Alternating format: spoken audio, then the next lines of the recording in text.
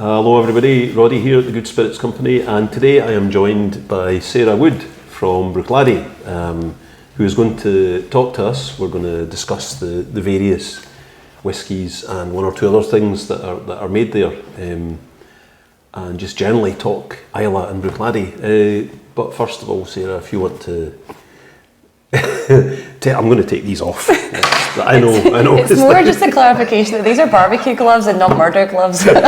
I think it's just a running theme that across everyone just thinks that I'm just like obsessed with Dexter or something. These are branded gloves that you can get if you buy a bottle of Port Charlotte. So you probably don't want this particular pair now that I've... Anyway. You bagged those ones. Anyway.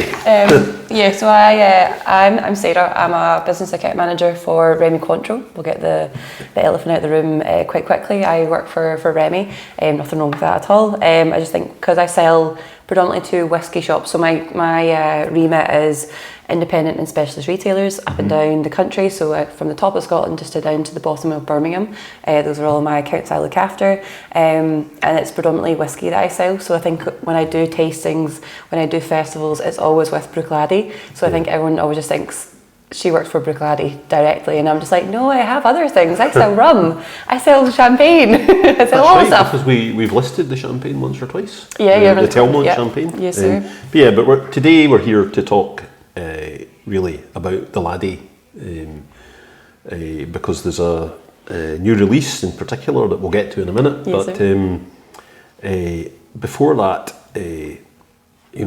before we started filming, I was having a wee moan to you about how when I used to work for Oddbins in the early 2000s, Bruichladdich was a super influential distillery because it was kind of changing the way that Scotch was sold, these iconic bottles. But equally, there was a lot of releases that took up a lot of shelf space, and it's calmed down a bit since then. There's not a new release at the drop of a hat, as there might have been in the early 2000s. But you've still got quite a range of products here. Yeah, it's I think like what you were touching upon when the distillery is, obviously, for anyone that isn't aware, it was built in 1881 on the far-flung Isle of Islay. We have been open and closed quite a number of times throughout the history, and we reopened hopefully for the last time in 2001. And like you're saying, we were kind of a bit more of like a pioneering approach to the distillation, but also not just like distillation, but like to the raw ingredients that we were sourcing.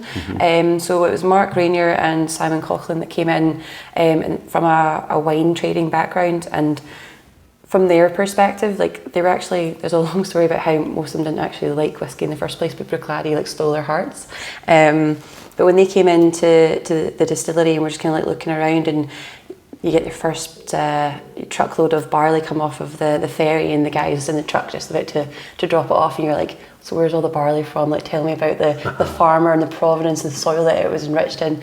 And the guy goes, it's just barley. Barley goes in, whiskey comes out. And they're like, it's so different from the wine side of things, because where grapes grow matter, what grapes grow matter, the soil that it grows in, it's such an effect on the wine. So they were like, well, why do people not think that the barley has an effect on the whiskey? So yeah, we were pioneers in that sense, and kind of looked around and were like, well, no one's doing this, we should really do this because it feels right to us. And we can touch upon that when we go through some of them, but like you were saying, the distillery was bought for quite a handsome sum of money. Yes. So you kind of want to be going to your investors and be like, we can get you that money back real quickly. And when basically when they purchased the distillery, they were actually just purchasing the casks, and a free distillery came with it, because the value of the casks themselves were essentially what they paid for it, and the distillery just kind of came with it. So they started releasing all these whiskies left, right and centre. There was like an opening of an envelope, we've got a whiskey for that. Yes. And there has been some... The Yellow Submarine, I think, rogue ones, was my favourite. There was a midget sub, I think belonged to the Royal Navy. Yeah. It was a local fisherman caught it in his nets and told the Navy about this. And they took a wee while to retrieve it, yeah. Which meant that Bruichladdich had enough time to rattle up a quick bottling in bright yellow. Which was called Yellow Submarine, so that when the Navy arrived, there was pipers to greet them in the press, and far more publicity than you would want when you've lost a a submarine. submarine. Yeah. The thing is, they had a sticker on it that says "If lost, report to." So the guys in the phone box were like, "Hello, Royal Navy. I've got something that belongs to you." You go, "Don't believe so. That's not ours." And we're like, "It's the number on my phone." So yeah, like things like that were great fun, and you know the whiskies were really interesting. You know, there was that thing called 4X, the quadruple distilled, which Jim McEwen used to tell a faintly terrifying story about. When they were distilling that on the fourth run, he and the guy that he was working with were hiding at the far end of the still room because they'd never had the still running so hard. Oh, really? You know, to I think it came off at 89%. Do you know, that's all news to me, and I think that's what's the exciting thing about Bruichladdich. It's so rich in history that there's more stories than I could ever possibly learn. I mean, I think, yeah, like, you know, in terms of the diversity of things that it's done in the last quarter century, you know, it's been a really interesting story. But we've kind of wandered. Sorry. So yeah, such fun editing this. There's a tangent we're going on here. We love a tangent. But Rémy Cointreau came in 2012 and bought the distillery. They were like, "We love what you're doing. Our ethos is all about people, time, and terroir." And Bruichladdich was the encompassment of those pillars, and they were like, "We love what you're doing. We're going to invest in you, pay off your bills, and just let you do what you're doing. But can we rein it in just a smidgen? A smidgen would be good." Right. And this is still a smidgen, believe it or not. Within this isn't even everything. Within the Bruichladdich range, we've got Classic Laddie, which is obviously the iconic non-peated expression. If you see Bruichladdich, it means it's typically unpeated. You've got the Port Charlotte range, which is heavily peated, and you've got Octomore, which is super heavily peated, and then there's the Botanist range as well, because why not make some gin? Gin made in a whisky still? Oh, it's a Lomond still. A Lomond still? Yes, sir. It's one of only two. Where did it come from? Oh, was it Dumbarton? Yeah, it was actually. Yeah, Dumbarton just. When Dumbarton closed the room. Yes, sir, and we retrieved that, and that was it when we were loading. I wonder, and I'll need to fact check this, and I can fact check you in the report back, but I'm pretty sure that it was the transportation of, we call her Ugly Betty, because we're so kind and nice. I think it was the transportation of Ugly Betty across from the mainland to Islay. That's when the satellites kind of picked up, and that's where WMD came from.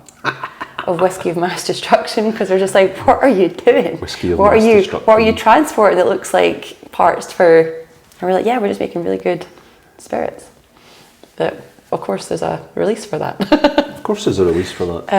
But yeah, within the Bruichladdich range, you've got Classic Laddie, and then you've got the Barley Exploration series, where, like I was saying, the raw ingredient makes the whiskey. So we like to dive really deep into that and get an understanding of, like, I call it the where, the how, and the what.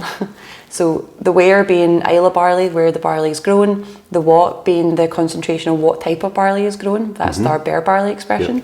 And then the how is the farming practices. How is the barley grown? And that's the organic expression, which I think is so underrated. But it's truly exceptional. Like that one for me just tastes like custard, you know, like dehydrated custard powder. That's what I think it is.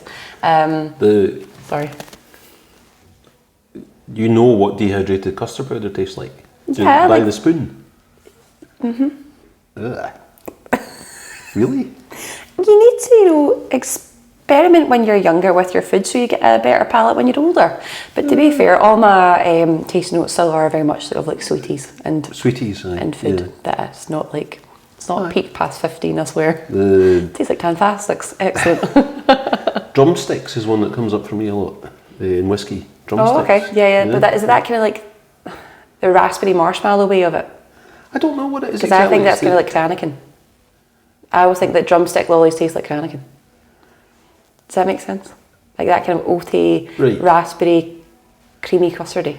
I don't know. And then again, this is the argument of like how you see that colour and how I see that colour. Do you know what I mean? Like how we used to say that the taste is the same. I think that's what's most interesting about whiskies. It's all drumsticks for me have got they're kind of I get the raspberry thing, but there's also a kind of bubblegum thing going on as well. Yeah. And the bubblegum thing, to tie that back to whiskey, is we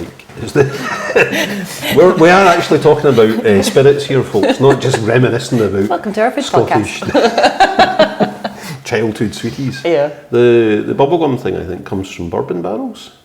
Oh, sure. Yeah. I think, anyway. I don't. Well, that kind of ties back into that one because that's 100% first fill bourbon. Right. So that would make sense because that, for you, for me, that might taste like drumstick lollies because of the bourbon barrels. So I since I've tasted that one actually. We should crack one open. Thank you, Shane. I've not had my lunch yet, so maybe not. Yeah. So the range. The Massive range. Yeah. So that you've talked about the classic laddie and the Isla barley and the organic. And then you kind of do similar things with the Port Charlotte. So within Port Charlotte, you've got the entry level as our statement 10-year-old, and then you have a Port Charlotte Isla barley, which is kind of like a truer representation of an Isla whiskey. It's kind of synonymous with what you would expect, using as many parts of Isla as possible. The only thing that we don't do, just so that everyone's aware, is we don't do the malting on Isla. Yet. One day it would be amazing.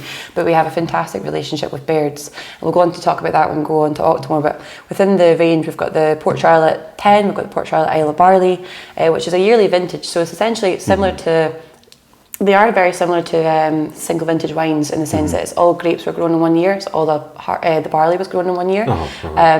On this one, for example, because they're actually the latest edition of the Port Charlottes and the Isla Barleys is the same vintage. So you can even see like average temperature, rainfall and sun exposure that the barley had, which will differ each year, which is really quite cool to be able to compare and contrast and why things changed. But yeah, within that one then we've also got the Cask Exploration series, which is one of my favourites. I love it. It's just to see how dynamic and how versatile the new make spirit of Port Charlotte is. We've had Sauternes casks, we've had Pauillac casks, we've had Pomerol. Our latest is a Syrah cask, also known as Shiraz. And I just think they're exceptional, and they're limited edition, which is the only thing that I don't like sometimes about stuff that we do, is because I will fall in love with something and then it's gone. Yes. And I'm like, I should have bought two. Yeah, I know, that's always the way with limited whiskey. Right, back on track. Yes. So an Octomore. So Octomore is also the. This is one of my love hates. Like I was saying, so you fall in love with a series and then it finishes, then it becomes something completely different year upon year. So currently we're anticipating the new release of the Series 16. Last night, actually some of your colleagues were attending our little launch party. I say party, it was a very civilised soiree, which is very unlike me, but anyway, where we were able to try 0.1, 0.2 and 0.3, and this kind of goes back to what I was saying about our relationship with Baird's. So Baird's is just outside Inverness, which is our malting facility. It was actually when Jim McEwen was our master distiller. He came from Bowmore, he'd done coopering, he'd done XYZ. I mean, the man's done every single hat to do with production, but he'd never done malting. So he went over to Baird's and was just like, hey, could you just teach me a little thing or two? And they were like, well, with Port Charlotte, we actually malt your barley to 80 ppm. And then we cut it with unpeated barley to make it 40. And he's just like, what'd you do with the 80 stuff? And after a really long and rambling conversation, probably about how yucky it would be, he's like, give me it. And he went home and he ran the barley through the stills, mash, etc. through the stills. And that's kind of where the inception of Octomore came from. And I think that's always kind of what I love about Bruichladdich is it's almost like the what if and the why not. What if we do that and why not try? And now we're on Series 16, so our first one came out in 2008. So we've done a fair few releases. I remember that first one because I was working at an Oddbins wine fair. And at the start of the day, whoever was on the Bruichladdich stand, because there was always a few whiskey people at the wine fair, said, you have to try this brand new release. Didn't tell me that it was the peatiest whiskey in the world. Yes, sir. tasted it, and then couldn't taste any wine for about the next 3 hours. Yeah, I'll probably do that too. But it certainly impressed me. That's, I guess, it was the first release. I can't remember anything about the details of it, but you know, it was like wildly peaty. I think that probably was about the 80 ppm range. That's where it started off, and it was like, oh, this is the peatiest whiskey in the world. Yeah. And then we released, I think it was 8.3, was 309 ppm. Yeah. Last year over the 15s we had 307. We've kind of tamed it down now a wee bit for our new releases. 0.1 and 0.2 are 101.4, 104.1, I think. I think one of the really interesting things for me about Octomore is that, you know, you're using this incredibly peaty barley, but then putting it through tall stills. Yeah, you know? yeah. The second tallest stills. I don't know. Well, they are. Well, yeah, they are. They're second tallest stills, because I was going to put that in a quiz. Okay. Oh, it's my quiz question. Let's make a note of that, malt pins. And for me, that gives Octomore a kind of chameleon character, you know, because it's intensely smoky but also light. Yeah. You know? It's a tricksy one. You know? Well, we've always called it the impossible equation, and I think that's kind of quite like it's poetic beauty, really. It's just like, how can something so young, because we released predominantly all of the 0.1s, 2s and 3s at 5 years old. So how can something be so young? We're not really kind of against age statements or anything. I mean, our biggest seller is a non-age statement. But something so young, something so high in ABV, because typically it's 50s, 55s and above. The 0.3 is typically a higher ABV as well, and then so peaty. So how can that, like on paper, like looking at it, if you were at a tasting, you'd be like, that's not for me, that's going to blow my socks off. But then if someone was to be like, well, I'll get you one and you try it, and you try it and you're like, that doesn't compute. Like, that doesn't make sense. I know. It's the biggest, I think sometimes it's the biggest barrier for us, because people are like, oh, it's not for me. But then when you do get over that, like, preconceived notion of what it's going to be like, and then you try it, you're like, what the heck? What the heck? I know. I mean, we've played around with it in mixed drinks a few times, and our ex-colleague Fraser came up with a drink that it was a variation on a daiquiri, and it was a split base with Octomore and agricole. Agricole's quite a pungent kind of style of rum, you know, and I think it's fair to say it's funky. If you split the base with Octomore, the Octomore hides all the agricole. You know? Okay. You end up with a daiquiri that is not really smoky and doesn't taste funky either. You know, it's just weird. Like it's a real, as you say, it's no funk, no smoke. I know, but it's just a chameleon liquid. You know, it's fascinating. And then the various cask types come into it again. So you see the variations, you know, with the. I think this is going to sound a bit, I think I've tasted enough Octomores that I know that I like the ones whenever it's been in sweet wine casks. Okay, I don't know, the two things just seem to play nice together. Yeah, I think the 0.3 this year is so 0.3. Just to kind of go back into what we were saying about barley, because it's the raw ingredient to what makes our whiskey, but it is such an important pillar in our production, and our kind of our ethos, where it comes from, etc. And the 0.3 for Octomore is called the Octomore of Octomore, because it's James Brown's farm, Octomore Farm, that we get our barley from for 0.3. So it's a single provenance, it's kind of a single estate, if you like, expression. So we're 0.1 and 0.2 are, for this year, are 100% Scottish mainland and concerto barley. This one is a Islay grown concerto barley, all from the Octomore Farm. All of our whiskies, the bottling, when we bring it down to bottling strength, so typically 50s, other than Octomores and our kind of more limited editions or single casks, are all brought down with Octomore Farm like well water. And it's we could go on for a while about like the rock formation of what the water goes through. It's actually similar to that of rock formation that are found in Peru, and it's just these two places. If you go to Peru, there's actually called Province of Islay, or Islay Province, which is not Islay, but it's because it's the same geological formation, but it's below I'm pretty sure it's like below the Atlantic seabed, and no one can find the origins of this water, but it's it's on his farm. It took a while to find. It's just a hole in the ground that we've built a shed over and protected, and we've got a lease for 100 years that we can use that water. But yeah, so although this one's about 61%, we've added Octomore farm spring water into it, so obviously it makes it as completely Octomore as possible. I don't know where I was going with that one, but yeah, that's. I think it's yeah. So it's more about provenance and Octomore. Yeah, so that's where I was going. Sweet casks. This is my brain. Yes. Sweet casks. Yes. The 16.3 this year is bourbon casks, it's Sauterne casks, and it's PX sherry casks. Okay. And see, when I tried it last night, oh my god, there's like angels whispering in my ears. Like, I'm so thankful for this to be a thing. That is so lame to say. I've never seen anything like that in my life, but I'm kind of like, honestly, it was. And the whole room was just like, it was silent, and then you could hear like the glasses and then people sipping, and then just that kind of like almost like reverberation on it. Just like we're just sitting thinking. And we've always said that Octomore, we should really be having an Octomore because we're having a conversation. Octomore is it's a conversational dram. It's not one you just sit on a bar cart. Bruichladdich classic is when you have a bar cart, all your pals come round and you make highballs, and you can try your daiquiri with that one if you want, old fashions, etc. Whereas Octomore is when you sit and have a conversation, you let it open, you let it breathe, and you sit and you almost have a conversation with yourself where you're like, this is fucking delicious. Well, after a few, I'm definitely having conversations with myself, but responsibly.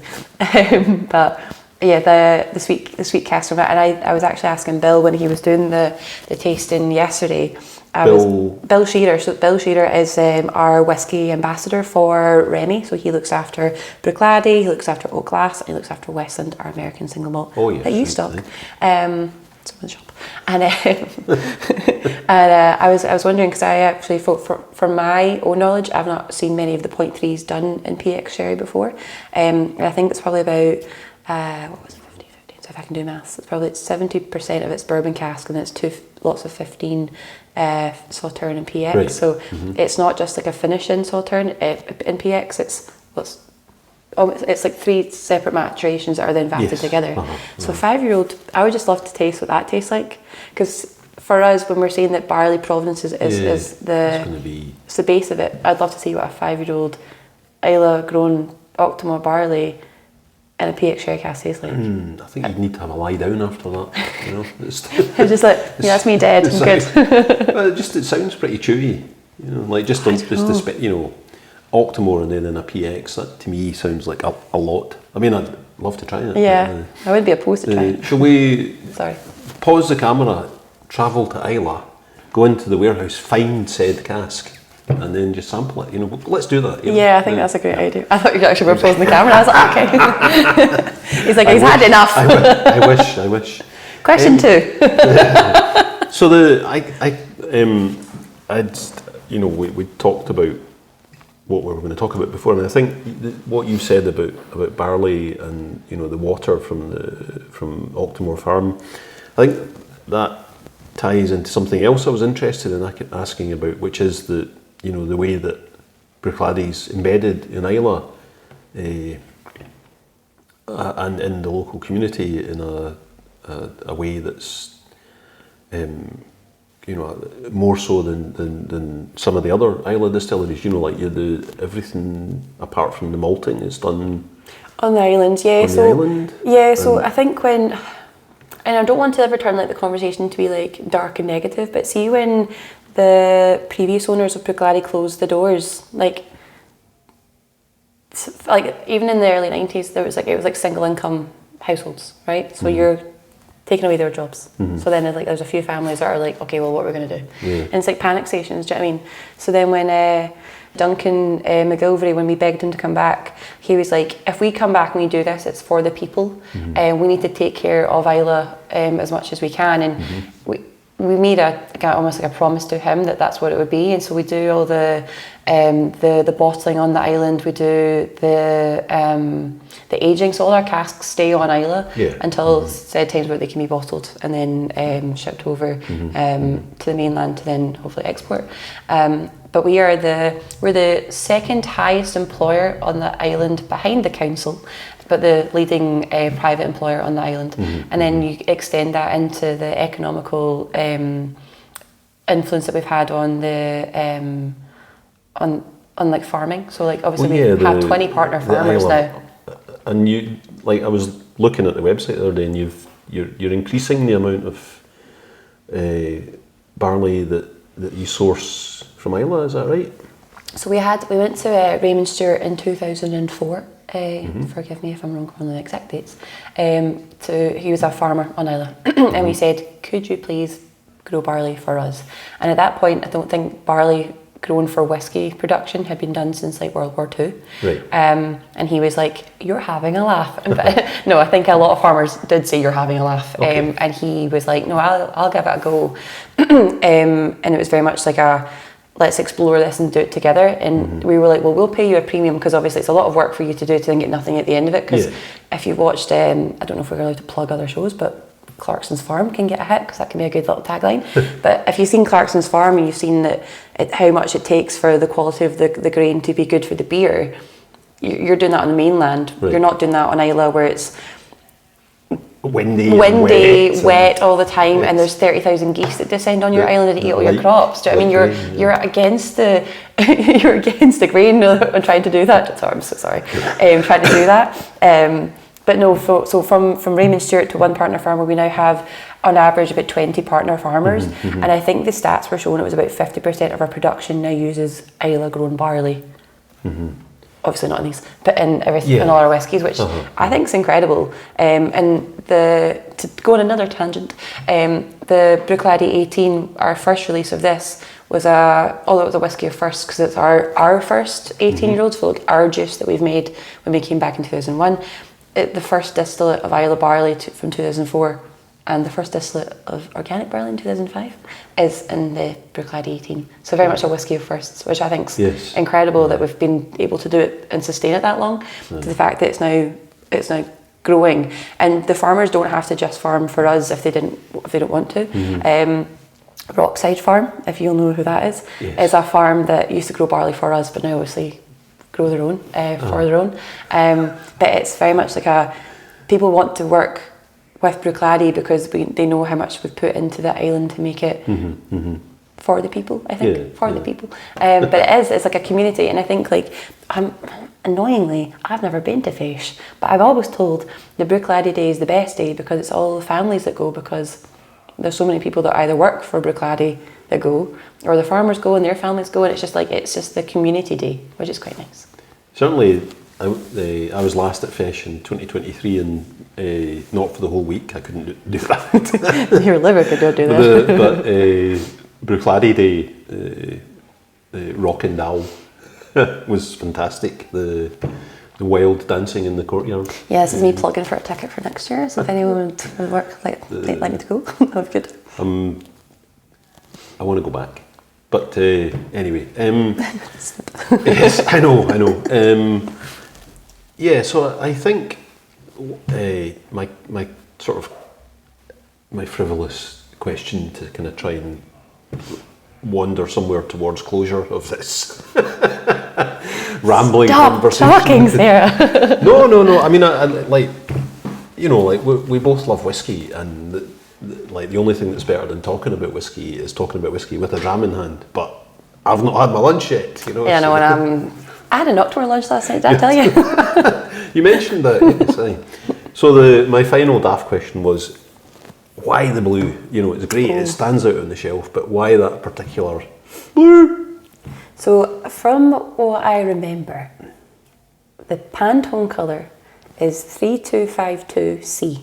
3252C. 3252C. Yes. Friends of Bruichladdich are going to have my head when I get We'll get our fact checkers onto that. Yeah, we'll put that in the comments because it's probably wrong. But so see if you stand in the courtyard on Bruichladdich and you look out to Lochendal, to the sea. See when the sun shines on it.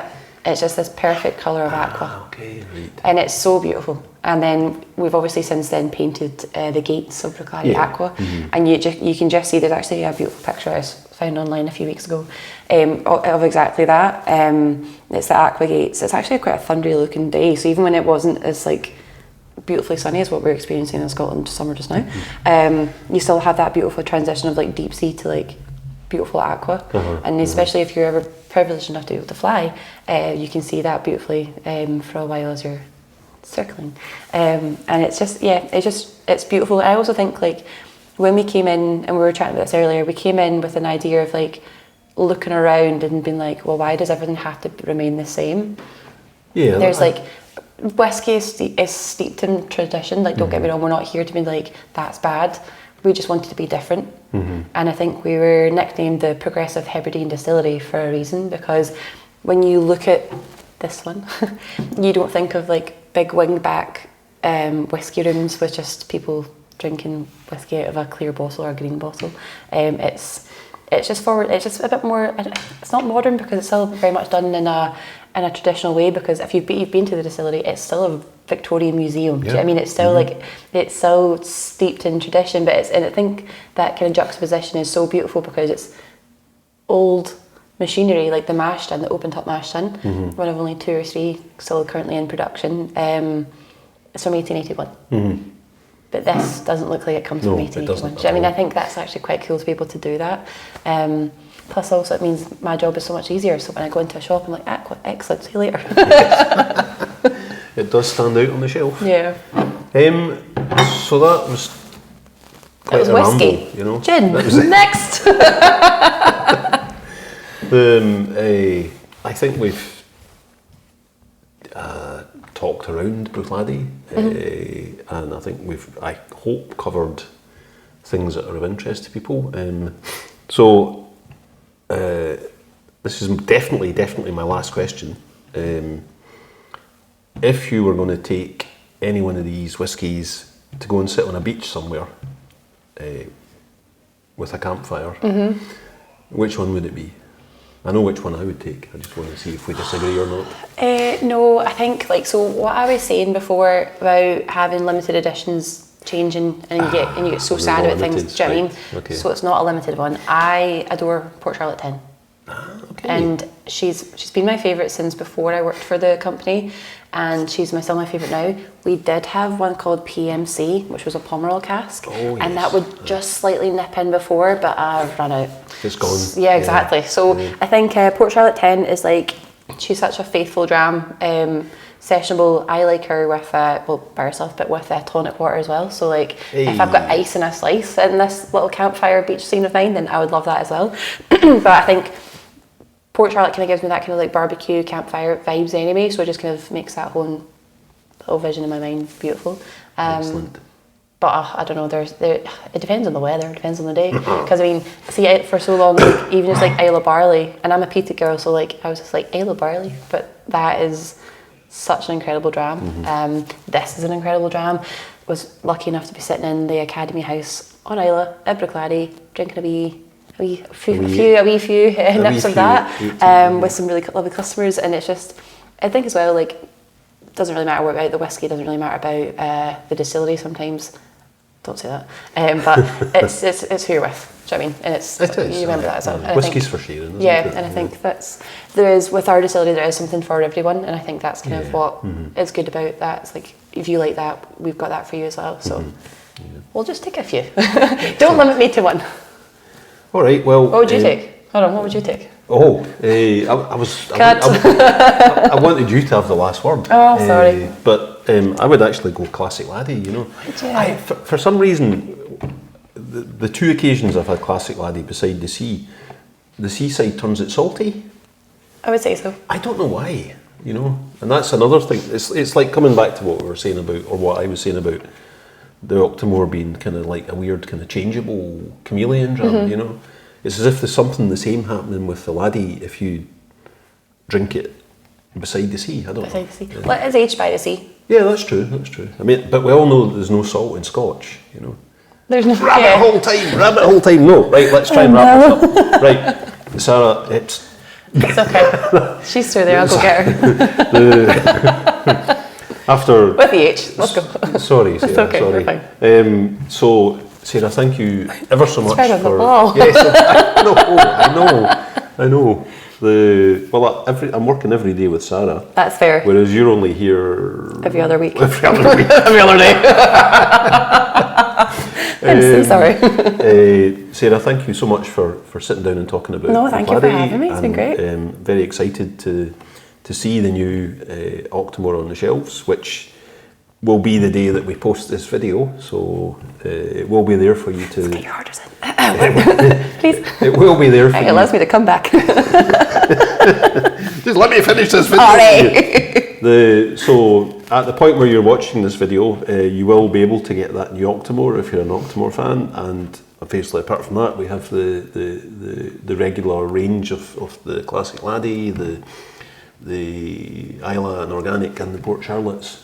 So see you next time, folks. Thanks. Bye. Thanks for having me.